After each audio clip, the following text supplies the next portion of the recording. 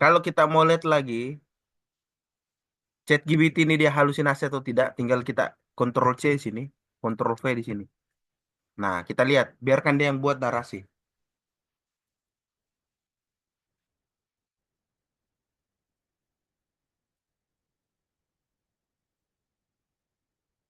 Oke, satu.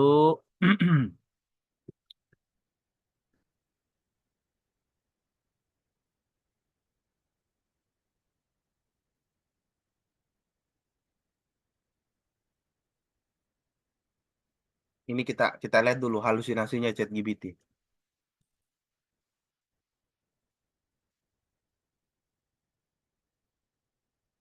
Oke, nah sekarang kita menggunakan set AI untuk mengambil statement pernyataan literatur dan sitasi. Gimana caranya? Saya buka dulu set AI saya.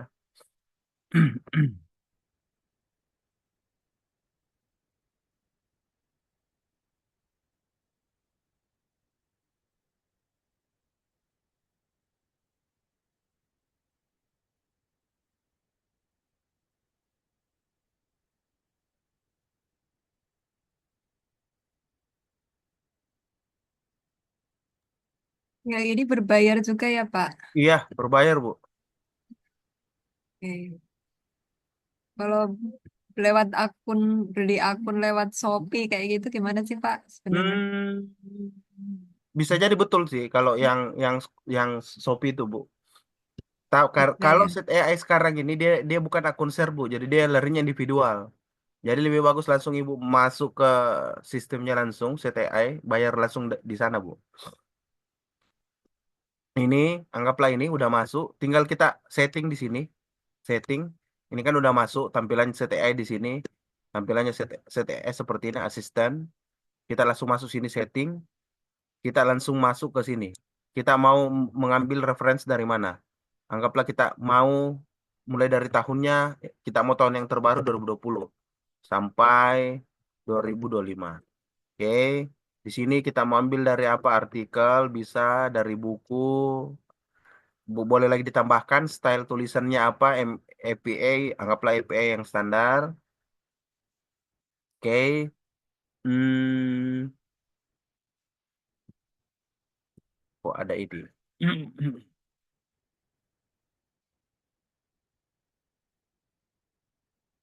Model. Tumben ada model seperti ini nih kayaknya punya punya orang. Tak apa-apa kita kita coba tes dulu yang relevansi. Oke. Hmm.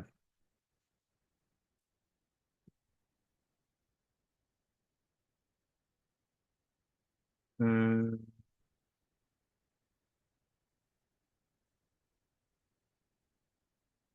Oke, sini 2020, 2025 ini artikel kita coba ambil saja artikel dalam bentuk artikel.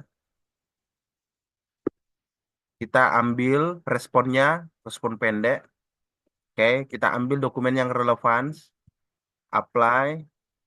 Oke, tinggal yang tadi ini di sini latar belakang kita ambil ini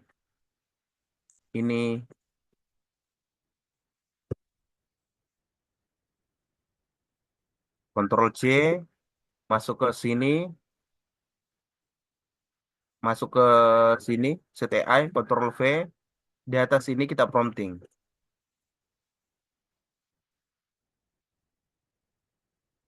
support.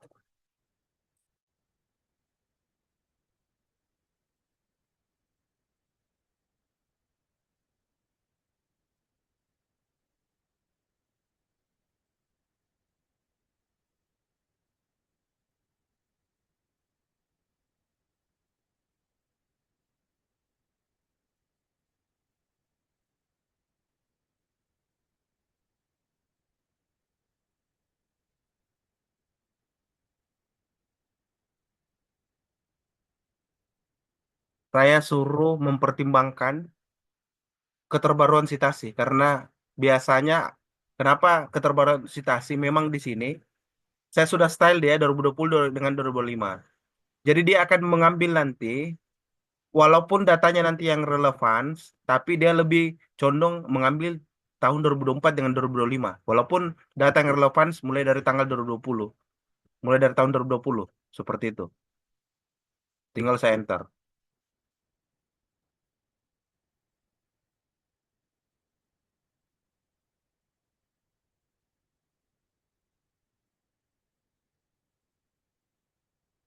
Oke, tak tunggu.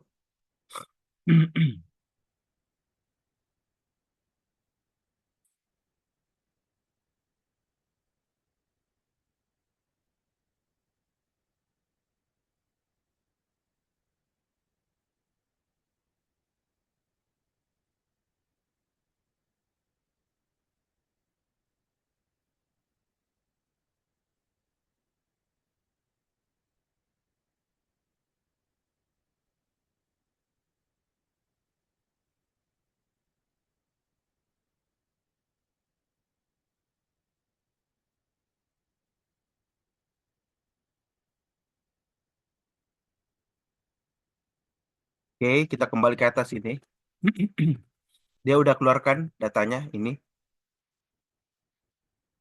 Dia dia mensitasi, dia kasih kita yang terbaru karena saya minta yang terbaru.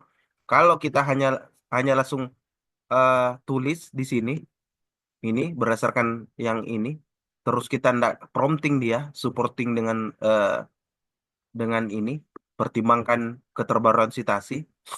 Dia palingan keluarkan, tapi bisa jadi dia state sini 2020, 2021. Saya kasih dia prompting khusus, saya mau cari yang keterbaruan. Makanya dia kasih saya yang ini, yang terbaru. Dia dia palingan kasih yang lama satu lah, nggak ada masalah. Nah, setelah itu kita copy ini, set masuk ke sini, tulis ke sini, kita prompting lagi data sini, tinggal gini, tulis kembali dengan seksama, pertahankan otentik dan integritas data, support dengan pernyataan literatur dan sintasi, style APA 7 edition,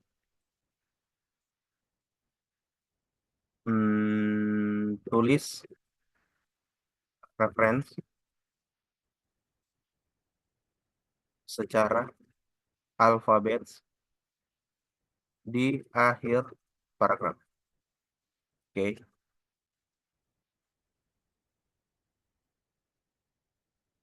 Nah, kalau ini dia otentik dan ini bukan lagi halusinasi.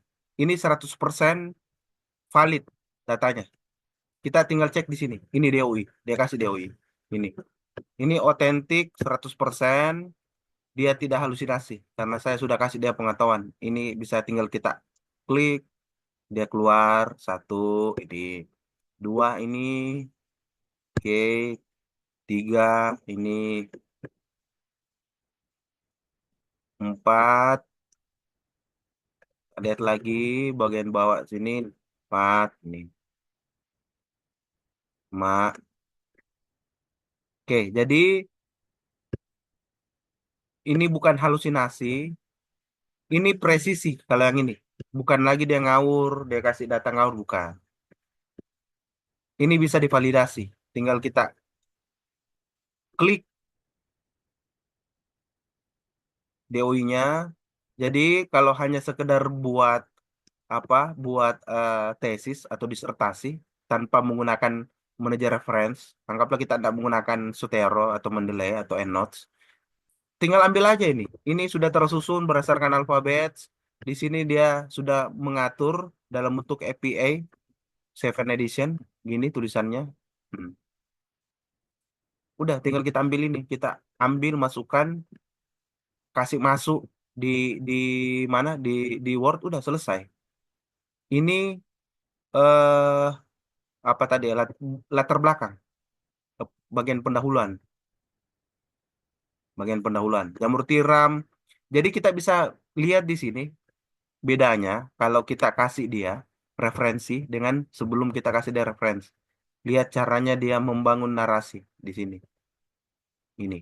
Ini kan yang tadi yang pertama saya suruh buat outline, setelah buat outline, setelah itu saya copy satu persatu yang dari ChatGPT Viewer yang saya belum kasih dia pengetahuan yang di set AI dia buatkan tadi ini bentuk tulisannya seperti ini merupakan salah satu ini dia nulis seperti ini. Sekarang kita bedakan setelah kita kasih dia reference.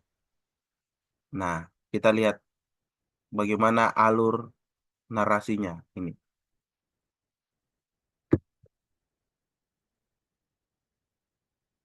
Jamur ini mengandung nutrisi seperti protein. Lihat, permintaan global terhadap jamur terus meningkat. Selain itu, upaya pengolahan Indonesia produk jamur tiram seperti apa, bla bla bla. Oleh karena itu, budidaya jamur tiram tidak hanya memberikan manfaat gizi, tetapi juga berpotensi meningkatkan kesejahteraan masyarakat melalui peluang usaha yang berkelanjutan dalam sektor pangan dan seterusnya. Seperti itu. Jadi, tinggal kita kembali ke outline ini, ke sini. Ini tinggal kita copy satu persatu, masukkan ke CTI.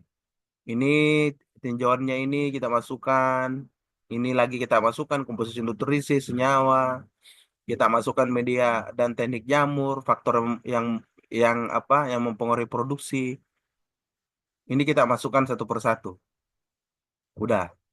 Nah, tapi di bagian kalau kita meneliti terkait dengan bibliometrik, hasilnya tadi kalau kita sudah sampai ke hasil manuskripnya itu, teksnya itu kita cemplungin ke sini, terus promptingnya itu buatkan saya outline terkait dengan dokumen yang terlampir. Udah, dia langsung buatkan berdasarkan apa dokumen yang kita lampirkan.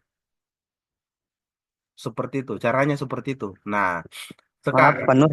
ya gimana? Tadi dokumen yang dilampirkan apanya, Pak? Dokumen Dokumen yang apa? dokumen yang kita lampirkan itu anggaplah mentahnya seperti ini. Anggaplah mentah seperti ini. Ini ini kan mana ya yang mentahnya ya. Jadi kalau yang mentahnya itu kan kalau yang mentahnya itu kan dia masih masih masuk di sini. Hasil hasil hasilnya kan kita tadi sudah melompat ke hasil kan. Hasil ini yang masih mentah hasil kan dia belum belum ada apa kesimpulannya belum ada dan pendahuluannya kan belum ada. Makanya yang dari sini ini saya kasih contoh hasil kan metode belum ada kan yang kita cari tadi kan hasil baru hasil ini anggaplah dokumen yang mentahnya kan gini. Ini kan anggaplah ini dokumen mentah. Ini yang kita kerjakan kemarin kan hanya sampai di hasil. Pertama tema kita sudah cari sudah dapat boolean search. Kedua kita sudah interpretasi tadi hasil yang pakai data analis itu. Ini kan sampai di sini. Belum masuk di pendahuluan, belum masuk di metode, belum masuk di kesimpulan. Ini kita ambil Ctrl C, kita masukkan di sini ChatGPT, masukkan ke sini. Oke, enter. Oke, buatkan saya outline terkait tema ini.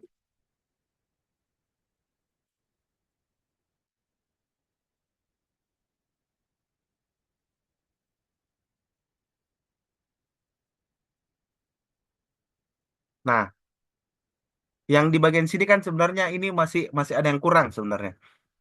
Kurangnya itu hmm,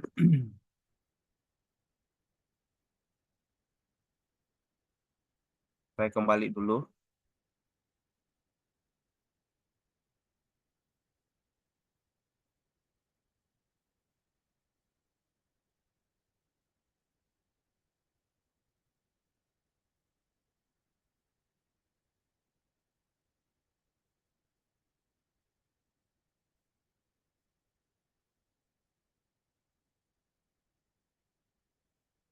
Ini kurangnya kan waktu pada saat pencarian itu, kita kan sudah punya keywordsnya di sini. Apa query and booleannya, dan kita sudah punya strategi pencarian, kita sudah punya tema, tema apa berdasarkan strategi pencarian, kita sudah punya kapan kita ambil, kita download yang kemarin kan, yang saya bilang tanggal berapa, tahun dengan bulan, kan seperti itu. Nah, kita kan sudah punya data itu, atau saya ambil data saya ambil yang ini.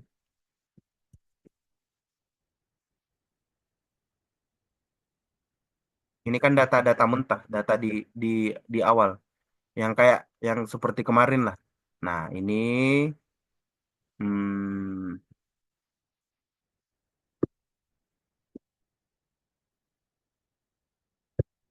nah, data yang ini yang 17 April dengan query-nya ini mulai dari rentang tahun. Nah, penjaringan yang saya gunakan kriterianya ini, anggaplah ini saya hapus saja. Oke. Yang kemarin kan sport ini, tapi yang kemarin itu kan masalah jamur tiram. Tapi ini kan data mentahnya yang kayak kemarin. Yang kalau kita lihat itu kan kemarin kan seperti ini. Pertama, kapan kita upload, apa kata kunci yang kita gunakan sesuai dengan abstrak ini kata kunci, dan hasil mentah yang barusan kita kita kerjakan dengan yang kemarin berdasarkan interpretasi tadi yang gambar-gambar itu yang kita pakai data analis.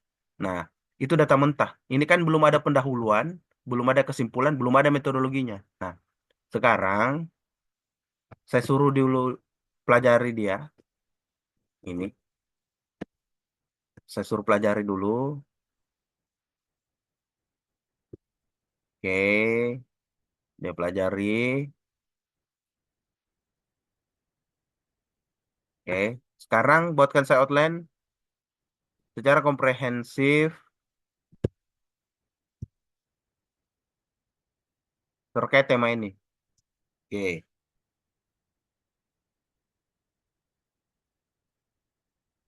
oke, dia kasih outline.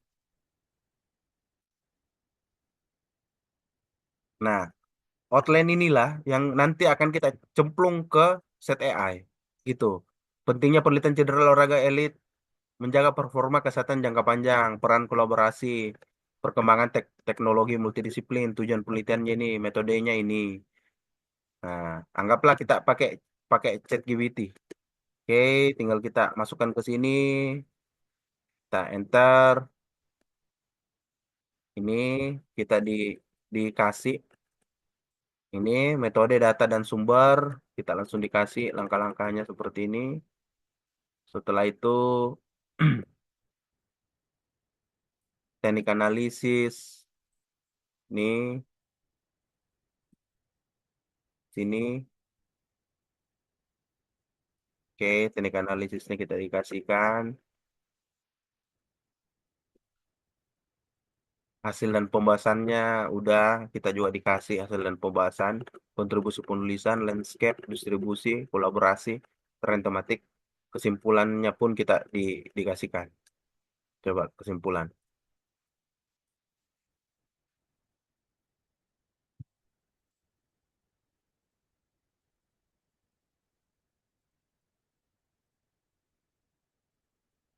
Oke, analisis biometrik terhadap penelitian cedera olahraga elit. Udah, dia sudah kasih kita kesimpulan. Nah,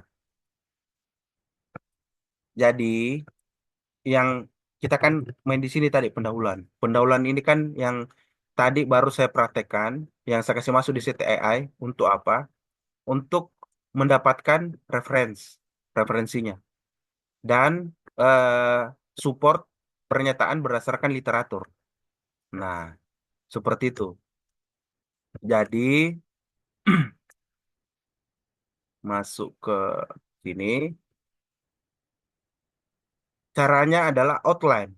Kita buatkan outline. Jadi kita dipandu sebenarnya. Kita dipandu pada saat kita buatkan outline. Kita dipandu.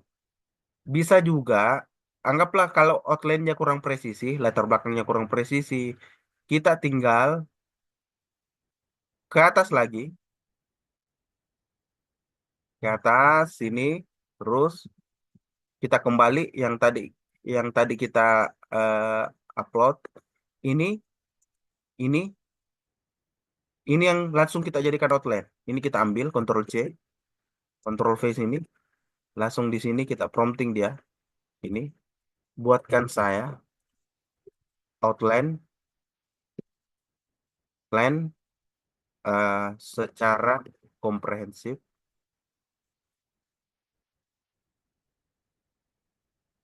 terkait dengan judul Sport Injury Athletics Bibliometric Analysis.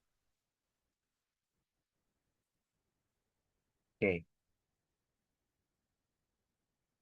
oke.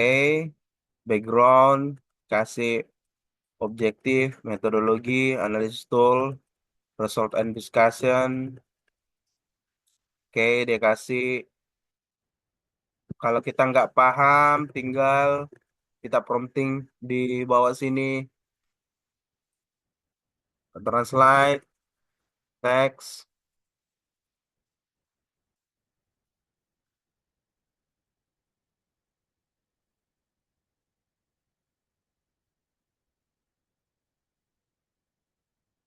Oke, tujuan, metodologi, alat, hasil.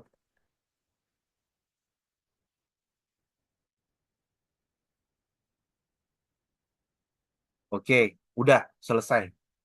Seperti itu. Jadi tinggal ini nanti kita masukkan satu persatu di di CTI. Ini kita masukkan, ini kita masukkan tujuannya, metodologinya ini kita masukkan, ini kita masukkan, ini kita masukkan. Nah, anggaplah kita mau mencari, biasanya itu saya cari di sini. Ah, untuk mencari kriteria inklusi dan eksklusi, kita pakai ini aja. Kriteria inklusi dan eksklusi. Buatkan saya kriteria inklusi dan eksklusi dalam bentuk tabel.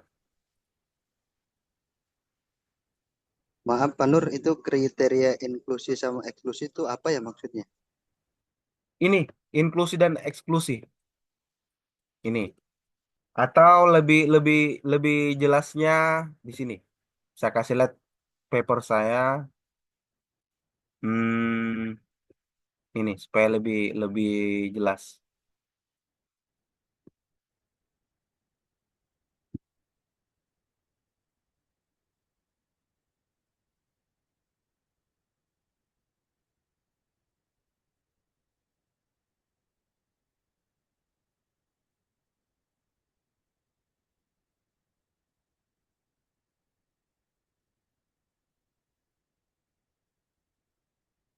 Hmm, saya kasih lihat yang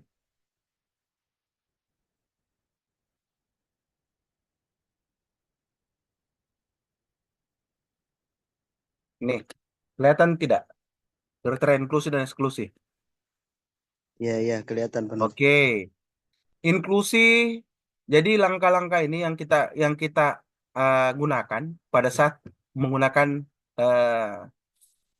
mengambil database Scopus. Jadi artikel yang membahas masalah cedera atlet sepak bola secara eksplisit ini yang diambil, yang dimasukkan. Artikel yang diterbitkan jurnal terindeks Scopus dan telah melalui proses peer review. Ini yang saya masukkan, yang saya ambil. Artikel yang relevan dengan role lingkup penelitian yang mencakup cedera atlet sepak bola. Ini yang saya ambil. Yang exclude, yang saya tidak ambil itu artikel yang tidak diterbitkan di jurnal terindeks Scopus. Kenapa saya keluarkan itu? Karena Itu kan saya ngambil hanya satu database Scopus, bukan database yang lain. Jadi artikel yang tidak terindeks Scopus enggak saya masukkan. Artikel yang tidak secara langsung membahas secara detail terkait dengan ini.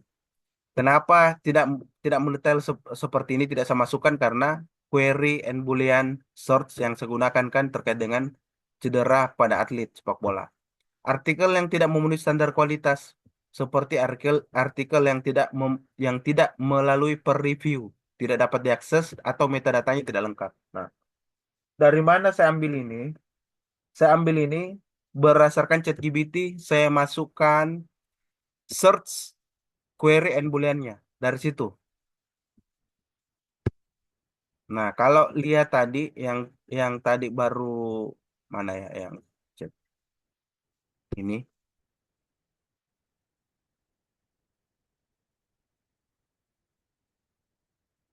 ini ini kan langsung dia kasih ini. Ini inklusi eksklusi, inklusi, Scopus, query pencarian ini, artikel ilmiah per review yang dikeluarkan, yang conference, buku proceeding, abstrak, editorial ini yang tidak dipakai. Bahasa Inggris semuanya, yang bukan bahasa Inggris dikeluarkan. Dokumen dengan status publikasi final, yang masih pracetak atau draft kita keluarkan. Tahun ini selain tahun ini tidak dimasukkan. Dokumen yang memenuhi semua kriteria 513 artikel, dokumen yang tidak memenuhi kriteria inklusi. Seperti itu. Jadi inklusi eksklusi ini sebenarnya hanya sekedar apa ya kalimat mempertegas bahwa ini yang kita masukkan, ini yang kita keluarkan. Yang biasa aja pakai inklusi eksklusi begini, biasanya systematic review. Kalau systematic review dia menggunakan kriteria eksklusi dan eksklusi biasanya terus dan yang kedua dia dia mengambil apa langkah pencariannya itu dia pakai flowchart. Tapi kita kan tidak menggunakan flowchart, nggak ada masalah. Nah, terus dia selain itu dia biasanya menggunakan Pico dalam menentukan research questionnya, pertanyaan penelitiannya. Tapi kalau bibliometrik tidak perlu menggunakan Pico itu.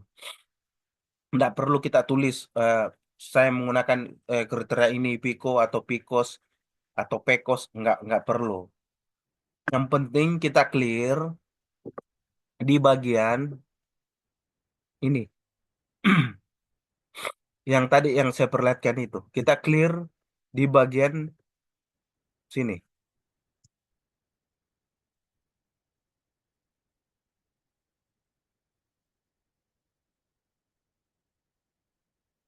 Kita clear di sini. Ini.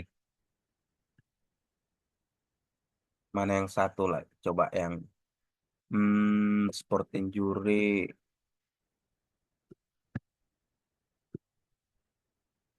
Oke. Di bagian sini kita clear. Yang ini. Ini. Tahunnya udah ada. Mulai dari tahun kapan. Kapan pencarian dimulai. Data awalnya berapa. Data akhirnya berapa. Udah selesai. Kalau sumber data dan strategi pencariannya. Terus ke bawah. Kriteria inklusi dan eksklusi biasanya ada, biasanya juga nggak ada masalah. Nah, proses analisis bibliometrik. Ini clear. Pertama, saya menggunakan ini, Airpex bibliometrik, ambil dari Scopus. Kedua, setelah itu saya menggunakan Post Viewer. Ketiga, saya menggunakan Open Refine. Ini. Oke, clear. Apa fungsi Open Refine? Sebagai membersihkan dan menyaring metadata publikasi, menghapus duplikasi, serta mengoreksi format. Nah, saya tampilkan alur proses analisis bibliometrik. Jadi kalau orang lihat ini, sebenarnya dia sudah paham. Oh, database-nya Scopus, dia main screening menggunakan OpenRefine, yang dia visualisasikan menggunakan dua software, post pure dengan bibliometrik. Udah selesai. Metodologi itu sudah clear. Udah nggak ada lagi yang dia tanyakan. Kalaupun dia bertanya kenapa alasannya pakai menggunakan Scopus, di sini sudah menjawab di sini.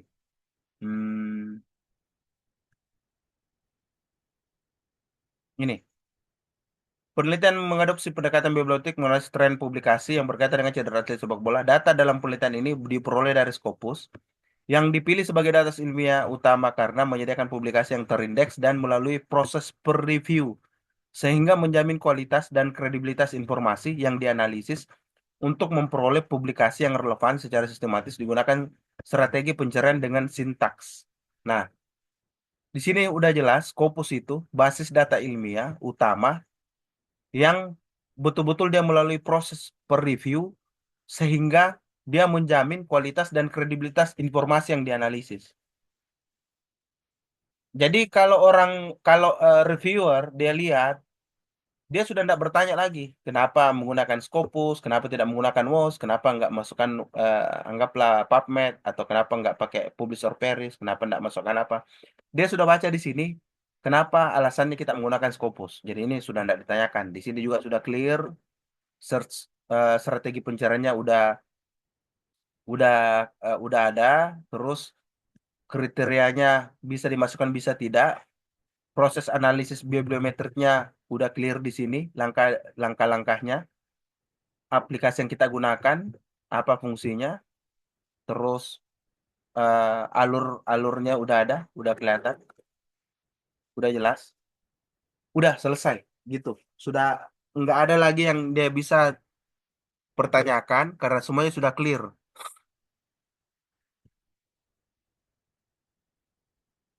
Oke, sampai di sini eh, ada yang mau ditanyakan?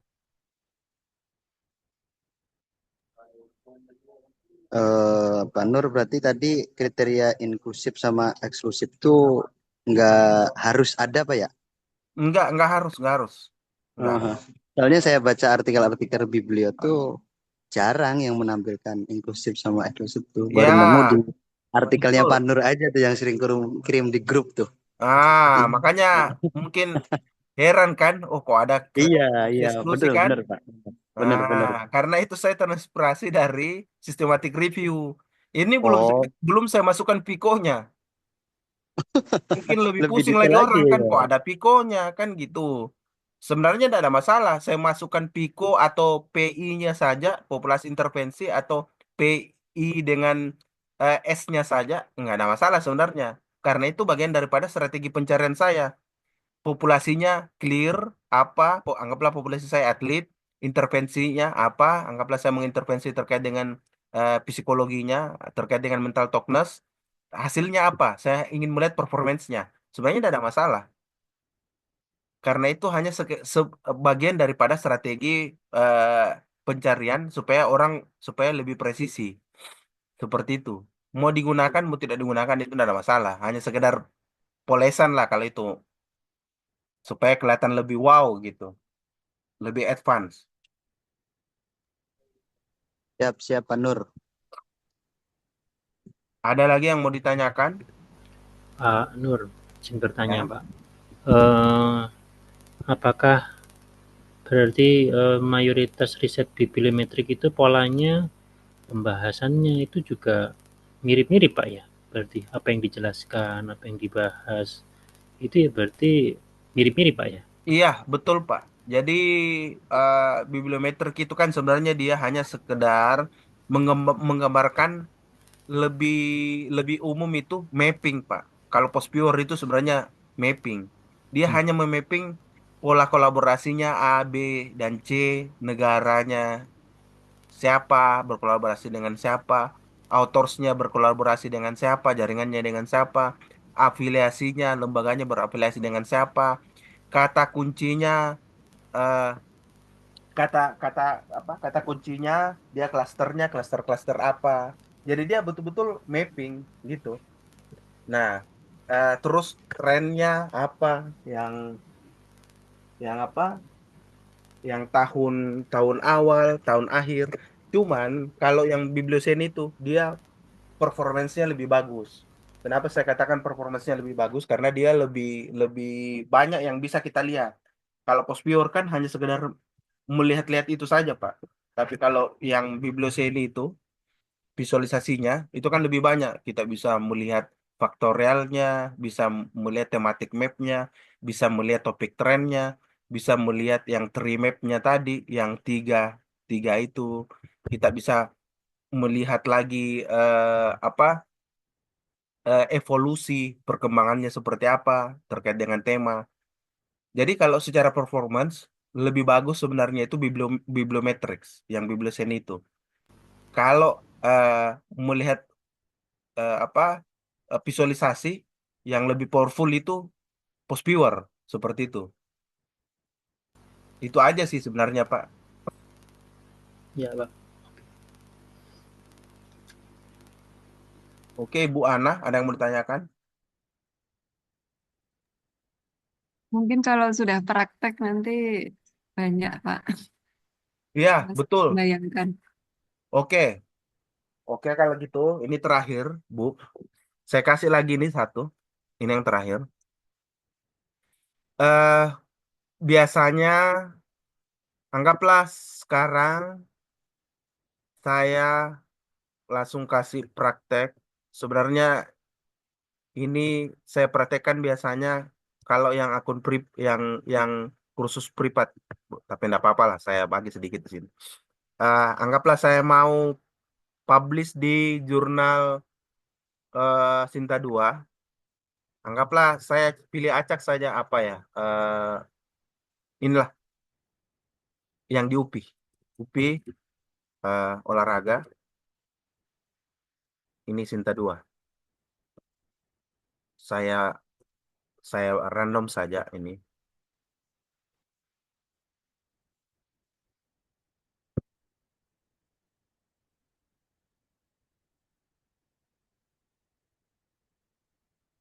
Kita masuk ke author guideline ini. Hmm,